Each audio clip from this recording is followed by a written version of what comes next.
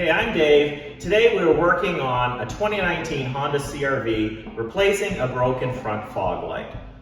This should work on any 5th generation CR-V from years 2017 through 2020. So let's get started. Once again, it's Dave on Auto DIY.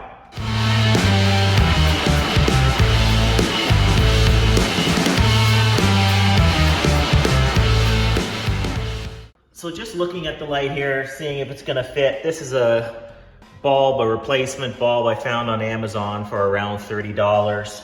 Looks like it's gonna fit. So let's do one more thing first. Let's make sure that the light works, the existing light works before we get started, because I don't want to install the light and then find out that there's no power or something to the light that I'm gonna replace.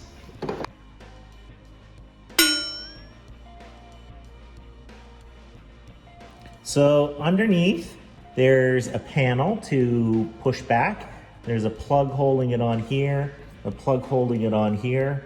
We can pull those off with a screwdriver, just to plug, you pull out the center piece, we'll pull those out, and then there's one screw in the fender liner, which we'll take out.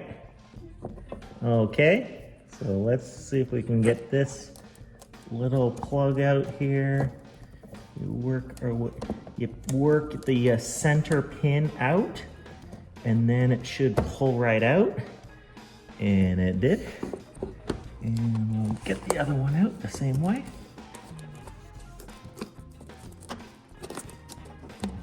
Get that out. Stuck a little bit more. And we got it out. And that's free now. And then in the wheel well, here's a pro tip. Turn the wheel away from the side that you're working on. I'm working on the passenger side, so I parked with the wheel pointed off to the left. There's one regular Phillips head screw here to take out of the fender liner. Unfortunately, when you pull the fender liner back, there is no access to the back of the fog light because it's blocked by the coolant reservoir. So the only way in is through that flap in the bottom of the fender. So when I got the cover off the bottom, I could see in, but there wasn't a lot of space to get my head and see under there. So I'm gonna jack up the car, in front of the car, and put it on jack stands just to have a little bit more room to work. So when you do get in through that bottom flap, you'll find that you don't have that much room to work. So the first screw you'll find is the bottom screw. That's not too hard with a stubby screwdriver.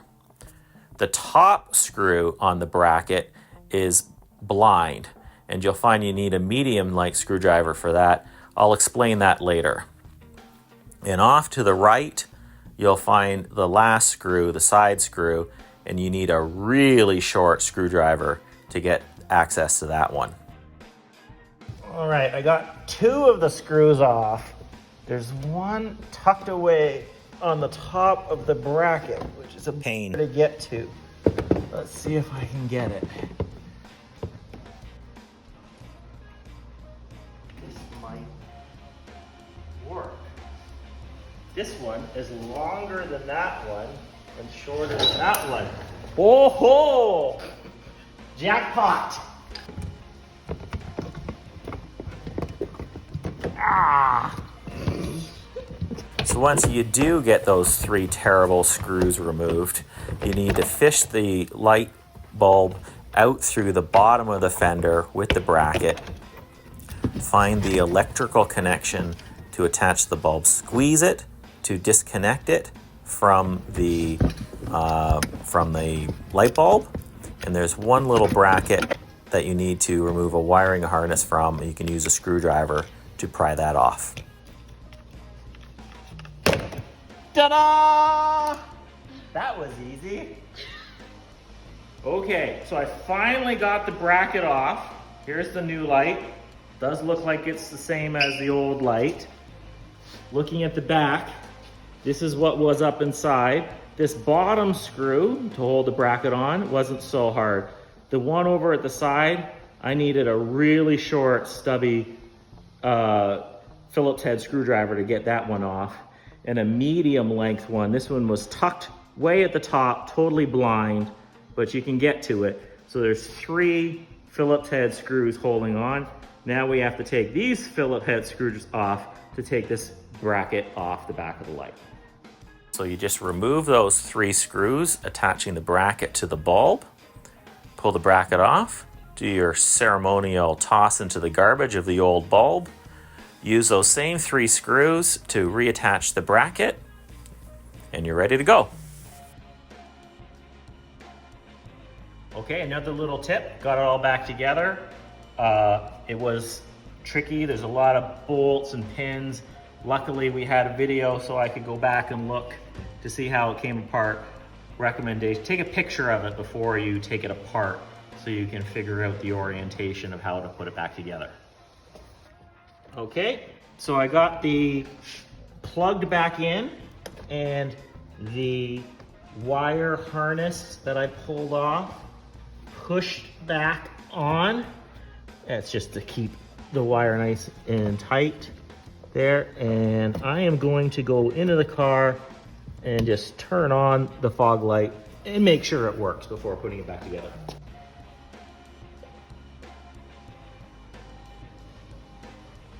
All right, got in place. Just apply some duct tape and we're done. Just kidding. So I finally got it back in. The bottom screw to get in the bracket, that's not so hard. I got that out, or in and out, with a little stubby screwdriver. My stubby screwdriver is about 4 inches. That was too long for the one that was over to closest to the side of the vehicle. I didn't have a stubby shorter than that, so I used this from a socket set, about 2.5 inches. I put in a Phillips head into a swivel joint, and I was able to get enough on that screw to get it in and out. The one on the top was the biggest challenge, and that one, you needed a medium-sized screwdriver. My stubby was too short, my other screwdrivers were too long. This one was just right. That's about 4.5 inches. So that's the trick. It's those 3 screws on the bracket. Everything else was fairly easy. All right, so we are putting these plugs back into the holes in the bottom. You just have to line them up properly.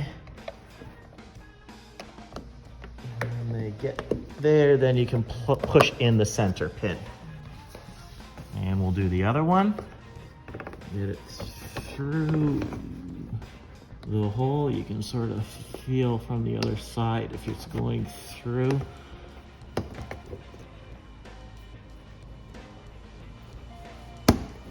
There we go. And that's in. So the bottom plate's in. And we'll put the screw back in. Ah! Maybe.